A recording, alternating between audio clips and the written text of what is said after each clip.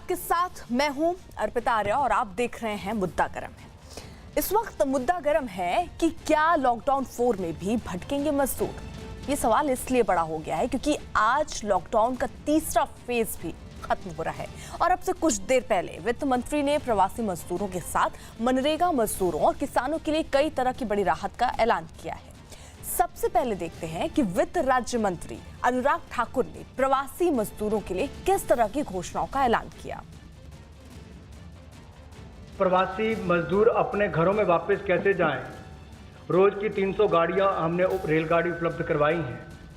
जिस राज्य ने जितनी मांग की उसको उतनी उपलब्ध करवाई जा रही है और इसमें जो मजदूर वापस गए उसमें 85% पैसा केंद्र सरकार ने खर्च किया ताकि मजदूरों पर कोई बोझ ना आए।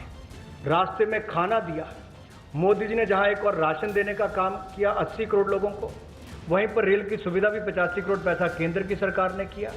अब जो 8 करोड़ प्रवासी मजदूर हैं उनके लिए भी 35 करोड़ रुपए की योजना अलग से लाए कि उनके लिए भी राशन की कमी कहीं ना हो। तो गैस सिलेंडर भी दिया है।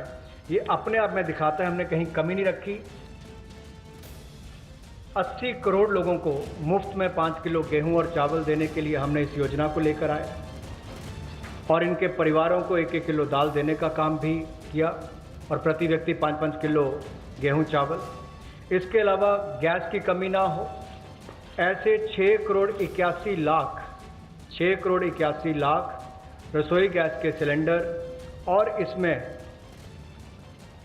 8,429 करोड़ रुपया इन बेनिफिशरीज के खाते में डायरेक्ट बेनिफिशरीज ट्रांसफर के माध्यम से किया गया है। हमारे साथ कुछ खास मेहमान इस वक्त जुड़ रहे हैं। तरुण हमारे साथ बीजेपी से हैं, अतुल जी होंगे हमारे साथ कांग्रेस से, वहीं दिल्ली यूपी के गाजीपुर बॉर्डर से मेरे सहयोगी दीपक बिष्ट भी हैं और मुंबई से दिवाकर सिंह भी मेरे साथ इस वक्त हैं। लेकिन सबसे पहले मेरा सवाल अतुल जी से। अतुल जी, आज का जो ये 5वीं किस्त थी इसको आपने सुना होगा, इसमें ऐलान सुने होंगे और महत्वपूर्ण ये कि राज्यों को करीब 4,000 करोड़ रुपए दिए गए। अब तो ठीक है, मजदूरों की स्थिति सुधर जाएगी आपके राज्यों में अब? अर्पिता जी, घोषणाएं करना और घोषणाओं में लोगों के सामने आके झूठ बोलना ये भाजपा की फितरत हो गई है। अर्पिता जी, अभी अनुराग ठाकुर जी ने कहा 85% पैसा दिया गया है।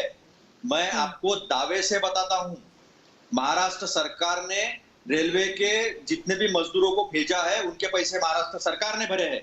इंटर स्टेट में पैसे वापस देने वाले जम्मू एंड कश्मीर है, बिहार है, हिमाचल है, वेस्ट बंगाल है, इन्होंने पैसे वापस दिए और बिहार ने जब मजदूर रेलवे स्टेशन पर उतरा उसके पैसे रीएम्बर्स किए और जितने का टिकट था उतना पैसा दिया है। तो ये कौन सी नीतियां अपनाते हैं और झूठ बोलते हैं। दूसरा, मनरेगा के बारे में रिवर्स माइग्रेशन एक बहुत बड़ा इशू है अर्पिता जी। वो लोग जाएंगे वहां पर और जमीन पे किसानी पे बोझ बढ़ाएंगे। ठीक है अतुल जी, मैं आ रही हूँ और मेरा सवाल अब 200 दिन का मनरेगा। ठीक है, मेरा सवाल जो है वो तरुण जी से भी होगा, आपका जवाब भी ले लूंगी, लेकिन उससे पहले एक तस्वीर देखनी यहाँ पर बहुत जरूरी है। एक और तो सरकार मजदूरों के लिए लगातार ऐलान कर रही है, वहीं दूसरी ओर आज लॉकडाउन के 54 दिन बीतने के बाद भी प्रवासी मजदूर जो हैं उनके भटकने का सिलसिला वैसे ही जारी है। हम आपको दिखा रहे हैं, जरा ये तस्वीरें देख लीजिए आप। सहारनपुर, झांसी, दिल्ली के गाजीपुर बॉर्डर और कानपुर की ये तस्वीरें हैं जहां मजदूर परेशान बेहाल दिख रहे होंगे आपको।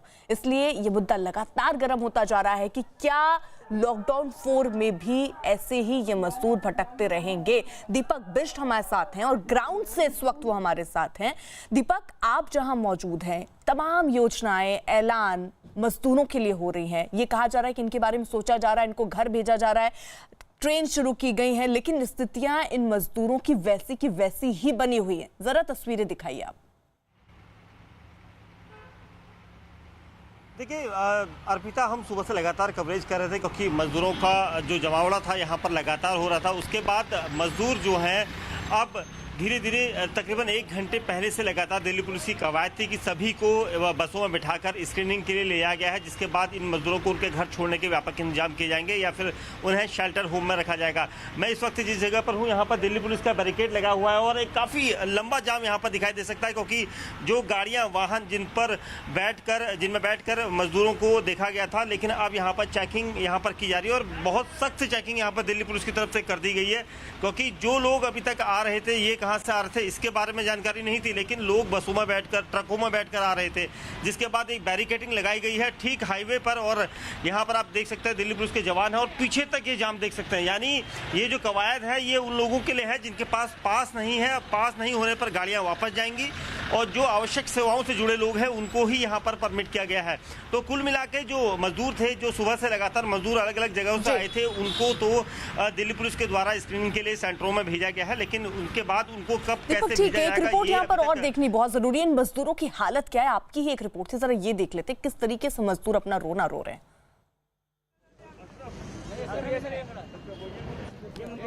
कहाँ से आ रहे हैं? जम्मू से। हाँ, जम्मू से आ रहे हैं हम लोग, बिहार जाना है।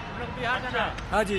ये हाथ में क्या है आपके? ट्रेन का टिकट है, ऑनलाइन बुकिंग करवाए हैं। हुआ था? हाँ जी। टिकट हुआ था? हाँ जी। हाँ जी। सामने है। तो आज शाम की ट्रेन है? नहीं, जम्मू का टिकट है, जम्मू से दिल्ली के लिए। आ गए यहाँ? हाँ जी। अब यहाँ से कैसे जाओगे? यहाँ का कोई व्यवस्था ही नहीं है, यहाँ से पुलिस वाले भी नहीं आगे बढ़ने दे रहे हैं। पैदल भी नहीं जाने देते हैं। क्या कहते हैं? पैदल भी नहीं जाने देता है लोग। हाँ। हम लोग बिहार से आए हैं, बिहार जाने वाला है, जम्मू से आ रहा है। तरुण जी, ये स्थिति देख रहे हैं आप मजदूरों की, यानी इतने दिन, इतने ऐलान और इतनी घोषणाओं के बाद भी स्थिति तो नहीं सुधर रही इन मजदूरों की।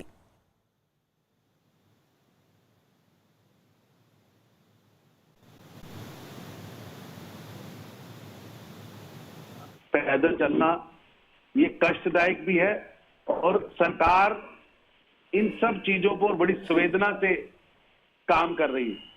आप देखिए 300 ट्रेन चलाना और यहां तक कि कहना कि डिस्ट्रिक्ट कलेक्टर भी जो डिमांड देगा हम उसको ट्रेन देंगे। लोग पैदल मत जाएं। प्रवासी मजदूरों के लिए सरकार हर संभव प्रयास कर रही। हमने 8 करोड़ ऐसे प्रवासी मजदूरों के लिए भोजन का, शेल्टर होम्स में भोजन का, उनके यहाँ भोजन का पूरा इंतजाम किया है। लेकिन एक डर, एक खौफ का वातावरण कोरोना की महामारी के कारण लोगों के मन में आया है। लेकिन मेरे मित्र भी कह रहे थे कि सरकार केवल घोषणाएं कर रही है।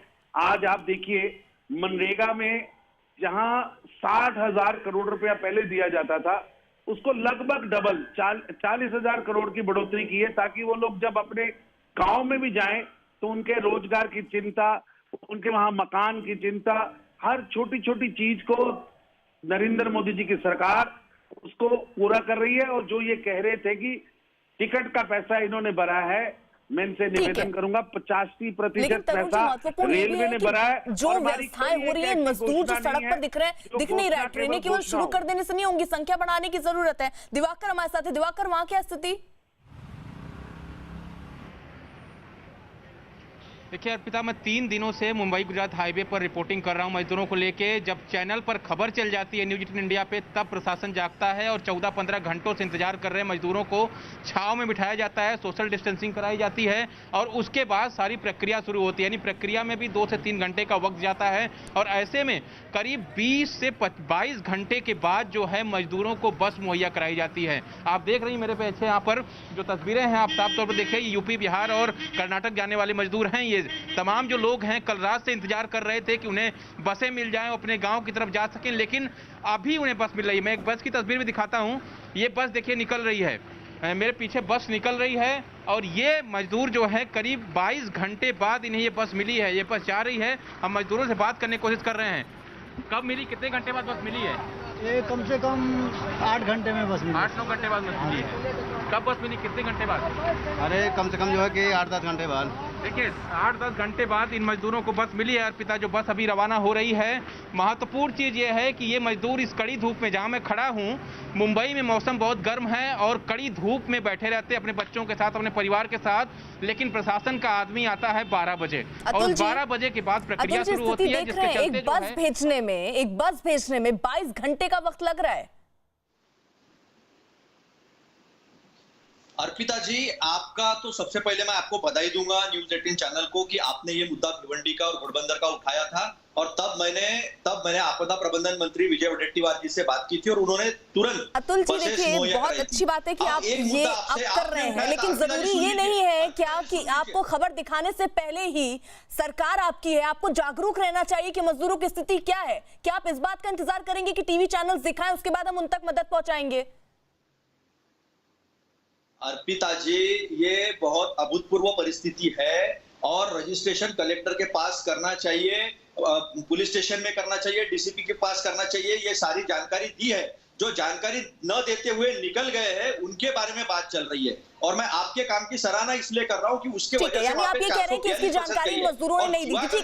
ठीक है, हम जल्दी से दिवाकर में छोटा सा रिएक्शन आपसे लेना चाह रहे हैं। दिवाकर जरा बताइए, इन मजदूरों से बात करके इन्होंने ये जानकारी दी किसी को कि इनको घर जाना है? जरा बात कीजिए अगर कोई मजदूर हो। जी दिवाकर। अतुल जी को एक हकीकत बता देता हूं। मैं जहां खड़ा हूं ये थाने का बॉर्डर है, इसके बाद पालघर का एरिया लगता है। पालघर में किसी पुलिस स्टेशन में रजिस्ट्रेशन नहीं हो रहा है। मजदूर तमाम पुलिस स्टेशन पहुंच रहे हैं, उनका पुलिस साफ तौर पर कह रही है कि आप ऑनलाइन रजिस्ट्रेशन करिए, पुलिस स्टेशन में कोई रजिस्ट्रेशन नहीं हो रहा है। तो जिस मजदूर को ऑनलाइन रजिस्ट्रेशन करना नहीं आता है वो कैसे करेगा? वो यहाँ पर भीड़ लगाता है परिवार के साथ। ये मजदूर कहाँ जाके रजिस्ट्रेशन कराएंगे?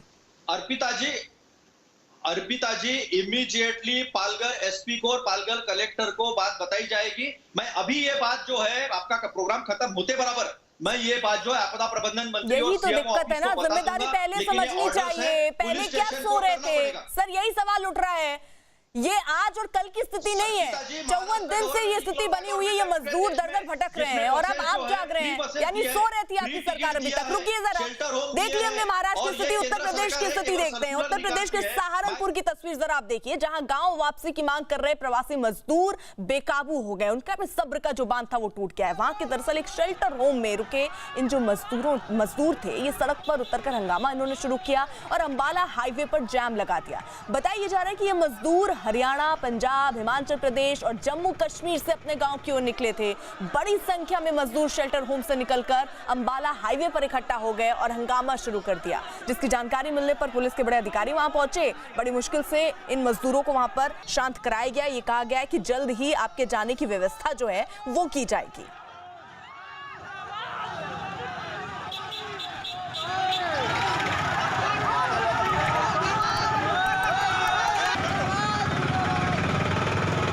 हमारे सहयोगी जावेद ने इन्हीं मजदूरों से बात की है, जरा सुनिए इनका दर्द।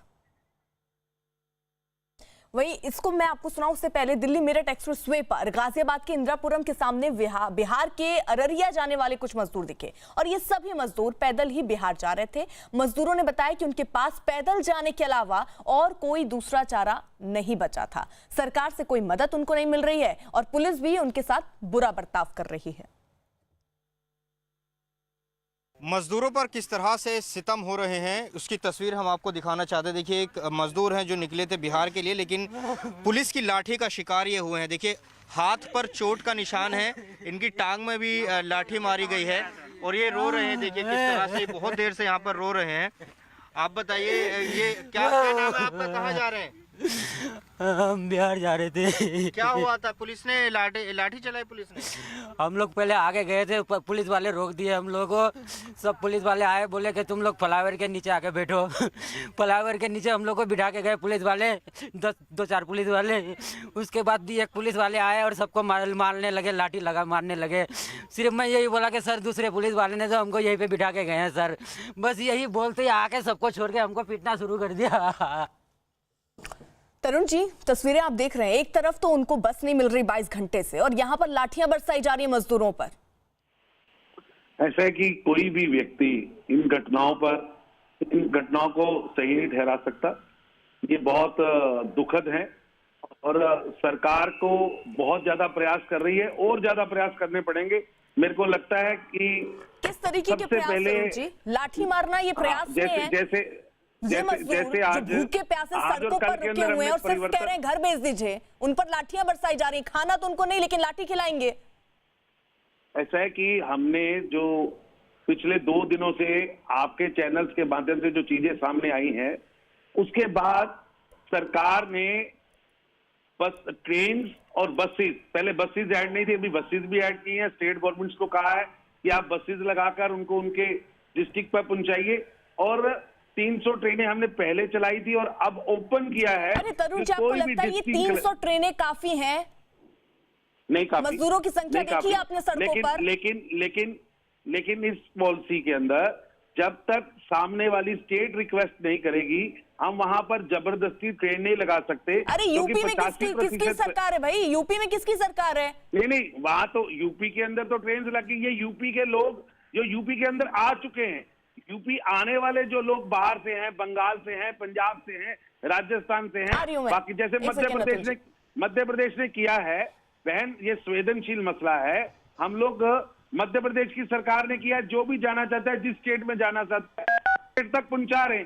अब इसके अंदर कुछ स्टेट्स हैं जो रिक्वेस्ट ही बहुत कम दे रही और इसको बड़ी संवेदना के साथ ठीक है, जल्दी से मेरी रिएक्शन अतुल जी। ठीक है तरुण जी, ओके अतुल जी। सबसे बड़ी बात यह है कि यूपी के मुख्यमंत्री अजय सिंह बिष्ट ने सीधा सीधा कहा है कि यूपी के बॉर्डर से किसी को अंदर आने देना नहीं चाहिए। आपने महाराष्ट्र के बारे में सब दिखा दिया, लेकिन एक लाठी लेके पुलिस किसी को मारा ये नहीं दिखा पाया आप। और कई लोग मोर्चे लेके निकले, ये महाराष्ट्र में नहीं हो रहा है क्योंकि महाराष्ट्र सरकार हर संभव कोशिश कर रहा है। दूसरी बात, इन्होंने पैसे दिए नहीं है, इसके सारे तमाम उत्तर प्रदेश की क्या स्थिति है वो भी देख रहे हैं। दोनों राज्य एक दूसरे पर आरोप लगाने के सिवा के मजदूरों के बारे में सोच लेती तो स्थिति बेहतर हो जाती। रुक जाइए आप दोनों, उधर गुजरात की जरा स्थिति देख लीजिए। रुक जाइए, गुजरात की स्थिति देख लीजिए। गुजरात के राजकोट में गांव वापस भेजने की मांग पर जो मजदूर हैं वो हंगामा कर रहे हैं, कोई विकल्प नहीं बचा उनके पास। गुस्साए मजदूरों ने वहां से गुजर रहे हाईवे पर खड़ी गाड़ियों में तोड़फोड़ की है। बताया जा रहा है कि ये मजदूर यूपी और बिहार के हैं जो लॉकडाउन की वजह से गांव नहीं लौट पा रहे हैं, जिसकी जानकारी मिलने पर हालांकि पुलिस वहां पहुंची है, मजदूरों को समझाने की कोशिश कर रही है। तो ये स्थिति जरा आप देखिए तरुण जी, ये दिख रहा है, ये तस्वीरें दिख रही हैं। ये मजदूर जिनको ये भरोसा दिया जा रहा है कि हम भेज देंगे, खाना दे देंगे, लेकिन कब तक रुकेंगे ये मजदूर? खाने की दिक्कत नहीं है, जाने की दिक्कत है। जाने की जो ट्रेन है, एक एक स्टेट को भी लगभग 500 ट्रेनें केवल अपना उत्तर प्रदेश से चल रही हैं, 250 से ज्यादा ट्रेनें गुजरात से चल रही हैं। लेकिन प्रेशर और जो प्रवासी मजदूरों का संख्या बल बहुत ज्यादा है। एक एक स्टेट में 20-20 लाख, 24-24 लाख लोगों ने अपने नाम रजिस्टर्ड किए। लेकिन एक दूसरी प्रक्रिया भी शुरू हुई है। लॉकडाउन 4 के बाद जो घोषणाएं हो रही हैं उसमें इंडस्ट्री के चालू होने के कारण कुछ लोग इसमें वापस भी जाना चाह रहे हैं और हमें कोशिश करनी चाहिए जो लोग वहां जी लग रहा है आपको कि यहाँ कोशिश हो रही है वहां रुके। केंद्र सरकार की तरफ से वो सारे कदम उठाए जा रहे हैं ताकि इन मजदूरों की स्थिति सुधरे। अतुल जी, बिल्कुल नहीं। केंद्र सरकार ने पहले ही हमने कहा था, पहले से कह रहे हैं, आज भी कह रहे हैं, वो माइग्रेशन पॉलिसी लानी चाहिए उन्होंने, तो स्टेट कोऑर्डिनेशन का प्रॉब्लम नहीं रहेगा। कोई मुख्यमंत्री ये नहीं कह पाएगा कि मैं अपने लोगों को लेता नहीं हूं। इनके बीजेपी के मुख्यमंत्री खुद कहते हैं कि मैं लोगों को लूंगा नहीं, यूपी के मुख्यमंत्री कहते हैं मैं लोगों को लूंगा नहीं। ये कहते हैं 300 ट्रेन छूटी है और अभी कहते हैं कि 250 ट्रेन केवल यूपी से छूटी है। पहले इन्होंने कहा 300 ट्रेन छूटी है। तो जो गलत जानकारी दी जाती है, अनुराग जी बोलते 85% पैसे देते हैं। मैं आपको प्रूफ के साथ, सबूत के साथ बताता हूँ कि इन्होंने पैसे दिए नहीं है, केवल घोषणाएं हो रही है, जुमले पैकेजेस आ रहे हैं, लेकिन कोई मदद नहीं हो रही है। केवल संवेदनाहीन सरकार जो है केंद्र सरकार जिम्मेदार है और केंद्र सरकार अपना पल्ला झंडा करती है। आपने 4,000 करोड़ की बात बताई, केवल महाराष्ट्र को 26,000 करोड़ उसके जीएसटी का मिला नहीं है। महाराष्ट्र सरकार ने 25,000 करोड़ कई सरकारों ने आप केवल झूठ बोलकर देखिए सवाल यहाँ ये है, चाहे एक सेकेंड दोनों लोग रुकिए, नहीं ऐसे चीखा चिल्ली नहीं, रुक जाइए एक सेकेंड। तरुण जी, मेरा सवाल आपसे ये है कि आप ये कह रहे हैं कि हमने 300 ट्रेनें शुरू की, हमने 500 ट्रेनें शुरू की, आप 1000 कीजिए, आप 2000 कीजिए, कितनी ट्रेन आप शुरू कर रहे हैं ये महत्वपूर्ण नहीं है। महत्वपूर्ण ये है कि ये मजदूर इतनी भारी संख्या में सड़कों पर, छोटे छोटे बच्चे दिख रहे हैं सर आपको। अर्पिता जी, मैं इनसे निवेदन कर रहा हूं, हमने 10 स्टेप उठाए हैं और 10 के 10 स्टेप में हमारी संवेदनशीलता सरकार की दिख रही है। मुझे नहीं दिख रही क्योंकि सड़कों पर ये मजदूर रोते भी लगते मुझे दिख रहे हैं। मैं मजदूरों की मजबूरी पर राजनीति नहीं करना चाहता, मेरी इनसे निवेदन है। मैं राजनीति कह भी नहीं रहा, मैं आपसे ये कह रही हूँ कि आखिरकार देखिए लॉकडाउन अब जो है, अब जो स्थिति है, 54 दिन सर बीत चुके हैं। 54 दिन में अगर हम इन मजदूरों को घर नहीं भेज पाए तो हम क्या कर रहे हैं? आप कह रहे हैं व्यवस्था हो रही है, कहाँ हो रही है? ये मजदूर क्यों सड़कों में जा रहे हैं? अगर इनको ट्रेन से जाने का विकल्प इनके पास है, बस से जाने का विकल्प इनके पास है, या फिर इनको ठहरने का प्रॉपर प्रबंध है, तो ये आखिरकार क्यों भागेंगे? क्यों सड़क पर इतने इतने घंटे चलते रहेंगे? मैं केंद्र सरकार की ओर से आपको कह रहा हूं, ओपन है जितनी ट्रेन डिस्ट्रिक्ट हेडक्वार्टर भी मांगेगा तो हम डिस्ट्रिक्ट कलेक्टर को भी ट्रेन देंगे, लेकिन ट्रेन जहां से चलनी है वहां से ट्रेन के लिए लोगों का निवेदन उनको लोकल डिस्ट्रिक्ट कलेक्टर को देना है। ये इन्होंने अभी तक अपनी स्टेट के अंदर कोई बताइए आपने कोई 2 काम वहां के मजदूरों के लिए किए हो कि वहां रुक जाएं या उनके प्रबंध के लिए किए हो? आप बताइए आपने कोई लेबर रिफॉर्म्स वहां किए हैं, लेबर के लिए कुछ काम किया है? ये बात सही है कि जो भी व्यक्ति अपने डिस्ट्रिक्ट में जाएगा उसको क्वारंटाइन होना पड़ेगा, उसका टेस्ट होगा, ये सब करना ही पड़ेगा, लेकिन ये कहें कि संवेदनशीलता कम है। मैं फिर कह रहा हूँ, कल रेलवे ने ओपन नोटिफिकेशन किया है, कोई डिस्ट्रिक्ट भी चाहता है अगर उसको ट्रेन चाहिए तो वो रजिस्टर्ड करे, सरकार उसको ट्रेन देगी, सरकार उसको ट्रेन देगी। तो अतुल भाई से मेरा निवेदन है कि ये भी अपनी स्टेटों के अंदर कोई 2 काम बताएं इन्होंने लेबर के लिए कुछ किया हो। 35,000 उद्योग शुरू हो चुके हैं ग्रीन जोन में। अतुल जी, वो ये कह रहे हैं कि राज्यों की तरफ से क्या प्रबंध किए जा रहे हैं, जोन डिसाइड करने का। वो कह रहे हैं 2 ऐसे कोई काम बता दीजिए जो मजदूरों के लिए किए गए हो। पहला काम, मजदूरों को हमने टिकट जो है पहले कांग्रेस पार्टी ने बनाई और दूसरी बार सरकार ने, महाराष्ट्र सरकार ने पूरी जिम्मेदारी ली। कांग्रेस पार्टी ने पूरे देश में ये जिम्मेदारी का वहन किया। कल राहुल, मैंने कह रहा हूँ आपकी स्टेट में कोई 2 काम लेबर वहां रुके उनके लिए कुछ किया वो बताइए। आप 15% जैसे की बात करें 85%, आप 2 काम बताइए लेबर वहां रुके। अरे मुझे जवाब चाहिए, मुझे चीखा चिल्ली नहीं चाहिए। मैं सिंपल पूछ रही हूँ, अगर किसी राज्य ने या केंद्र सरकार ने भी तमाम प्रबंध किए हैं तो ये मजदूर सड़कों पर क्यों है? तरुण जी, क्यों है सड़कों पर? आप कह रहे हैं कि कांग्रेस नहीं कर रही है, लेकिन जहां बीजेपी की सरकार है वहां पर क्या स्थिति है? वहां क्या मजदूर सड़कों पर नहीं है? वहां किसकी गलती है? ऐसा है, मैं आपके साथ सहमत हूँ, मजदूर सड़कों पर हैं, ये कोई कह नहीं सकता, इसको कोई झुठला नहीं सकता, लेकिन हमारे प्रयास इसके लिए बहुत ज्यादा हैं। लेकिन मैं ये कह रहा हूं कि अतुल भाई अभी कह रहे थे कि कोई कुछ नहीं हुआ। एक छोटा सा सवाल, सीधा सा सवाल, आप कह रहे हैं प्रबंध किए जा रहे हैं, व्यवस्था की जा रही है। मैं ये जानना चाह रही हूँ कि इन मजदूरों की समस्या जड़ से कब खत्म हो जाएगी? कब सारे मजदूर, एक रणनीति तो आपने बनाई होगी आगे भविष्य के लिए कि इतने दिन में इतनी ट्रेनें या इतनी बसें चलाकर इन मजदूरों को हम घर भेज देंगे, कुछ प्लान है ऐसा? ऐसा है कि जो आपने बात कही ये बिल्कुल सही। हल क्या होना चाहिए इसकी तरफ आपने अर्पिता जी बात को भेजा है। हमने सभी स्टेट्स को कहा है कि आप लोकल अपनी स्टेट के अंदर बसेस चलाइए। हमने ट्रेन के लिए सभी डिस्ट्रिक्ट कलेक्टर्स को कहा है कि आप वहां मजदूरों को रजिस्टर्ड करिए, जो मजदूर रजिस्टर्ड हुए हैं उनके भोजन का तुरंत इंतजाम करिए। केंद्र सरकार उसका अनाज, उसका सारा खर्चा केंद्र सरकार मैं आप दोनों को यहाँ रोकना चाहूंगी, क्योंकि ये दोनों ही, चाहे केंद्र सरकार हो चाहे राज्य सरकार, जिम्मेदारी यहाँ पर कोई भी लेता हुआ नजर नहीं आ रहा है। हर केंद्र कह रही राज्यों को निर्देश दिए गए, राज्य नहीं कर रहा, राज्य सरकार कह रही केंद्र की तरफ से जो सुविधाएं मिलनी चाहिए वो सुविधाएं नहीं मिल रही। लेकिन यहाँ जो मुख्य मुद्दा बना है वो ये कि इन मजदूरों की हालत कब सुधरेगी? लॉकडाउन 4 में भी ऐसे ही भटकते रहेंगे क्या ये मजदूर? फिलहाल आप सभी का बहुत बहुत शुक्रिया। और इसी बीच एक बड़ी खबर आ रही है, जम्मू कश्मीर के डोडा में सुरक्षा बल ने एक ऑपरेशन में 2 आतंकियों को मार गिराया है। मारे गए आतंकी की पहचान मसूद और ताहिर उर्फ तहला उर्फ फारूक के तौर पर हुई है। ताहिर पुलवामा का रहने वाला है। यह बताया जा रहा है कि 2 आतंकियों को मारे जाने के बाद भी सेना का सर्च ऑपरेशन अभी जारी है। कुछ विदेशी आतंकियों के छिपे होने की खबर मिलने के बाद सुरक्षा बल ने रात से ही इलाके को घेर लिया है और वहां पर आतंकियों को ढूंढा जा रहा है। आपको बता दें, बड़ी खबर यह है, 2 आतंकी हालांकि मार गिराए गए हैं तो ये सफलता मिली है, लेकिन ये जानकारी कि अभी कुछ और आतंकी हो सकते हैं जो छुपे हों, और इसीलिए पूरे इलाके को घेर लिया गया है और वहां पर सर्च ऑपरेशन इन आतंकियों को लेकर चल रही है। और आपको बता दें, मारे गए आतंकी की भी पहचान हो गई है। पवन शर्मा हमारे साथ हमारे सहयोगी और जानकारी के साथ जुड़ चुके हैं। पवन, कितने आतंकी अभी और छिपे हो सकते हैं, क्या जानकारी मिल रही है? देखिए, जो सुरक्षा बलों ने रात को सर्च ऑपरेशन शुरू किया था उसमें अभी तक 2 आतंकियों को मारने में सफलता मिल चुकी है। एक आतंकी और हो सकता है, फायरिंग अभी भी जारी है, पूरे इलाके को घेरा गया है। दोनों आतंकियों की पहचान हो चुकी है। कुलगाम कश्मीर का पुलवामा का रहने वाला है और एक लोकल डोडा का है।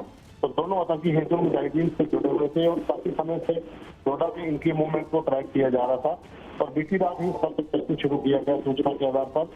और वहां पर आर्मी और पुलिस और सीआरपीएफ की टीमों ने इनके साथ सुबह संपर्क हुआ और फायरिंग शुरू, जिसमें एक जवान शहीद हुआ है, 2 आतंकी मारे गए हैं। अभी भी फायरिंग जारी है, पूरे इलाके को घेरा गया है ताकि जो बचे हुए आतंकी वो भाग कर निकले। माना जा रहा है कि 1 या 2 आतंकी और हो सकते हैं। जी। उधर पाकिस्तान की पूर्व क्रिकेटर शाहिद आफरीदी ने कश्मीर के मुद्दे पर एक बार फिर जहर उगला है। पहले भी कई बार कश्मीर मुद्दे पर उल जुलूल बातें कर चुके हैं आफरीदी और उनका वीडियो सोशल मीडिया पर वायरल हो रहा है, जिसमें वो पाकिस्तान अधिकृत कश्मीर में एक भीड़ को संबोधित करते हुए कश्मीर राग अलाप रहे हैं। इस वीडियो में पाकिस्तान सैनिक और पीओके में स्थित किसी गांव के कुछ लोग भी जमा दिख रहे हैं। वीडियो में आफरीदी कश्मीर का राग अलापते अलापते प्रधानमंत्री नरेंद्र मोदी पर अपनी बौखलाहट निकालते हुए भी दिख रहे हैं। बौखलाए आफरीदी ने पीएम मोदी पर धार्मिक उन्माद फैलाने का भी आरोप लगाया है। ये जो एक बहुत बड़ी बीमारी इस वक्त दुनिया में फैली हुई है, अल्लाह ताला हम सबको अपनी इज्जो अमान में रखे। आमीन। लेकिन इससे बड़ी बीमारी जो है वो मोदी के दिलो दिमाग में है। वो बीमारी और वो बीमारी मजहब की बीमारी है। मजहब को लेके वो सियासत कर रहे हैं और हमारे ये 2 किलोमीटर पे जहाँ हमारे कश्मीरी भाई, कश्मीरी बहनें, बुजुर्ग हमारे, उनके साथ जो इतने अरसे से जुल्म कर रहा है वो आदमी, इंशाअल्लाह उसको इस दुनिया में भी जवाब देना होगा और आखिरत में भी जवाब देगा मोदी को एक बात का पता होना चाहिए। कोरोना वायरस जैसी महामारी के वक्त देश के साथ साथ रिलायंस इंडस्ट्री खड़ी है। स्वास्थ्य की जांच हो या इलाज के लिए अस्पताल, मास्क से लेकर खाने के इंतजाम करने तक देश की हर जरूरत के लिए रिलायंस इंडस्ट्रीज लगातार काम कर रही है ताकि भारत जन से जग तक हर मोर्चे पर साथ मिलकर इस लड़ाई को जीत सके।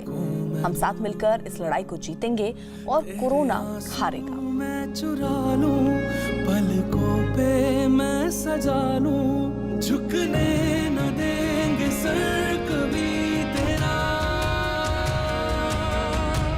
जीता रहे मेरा इंडिया, जीता रहे मेरा इंडिया।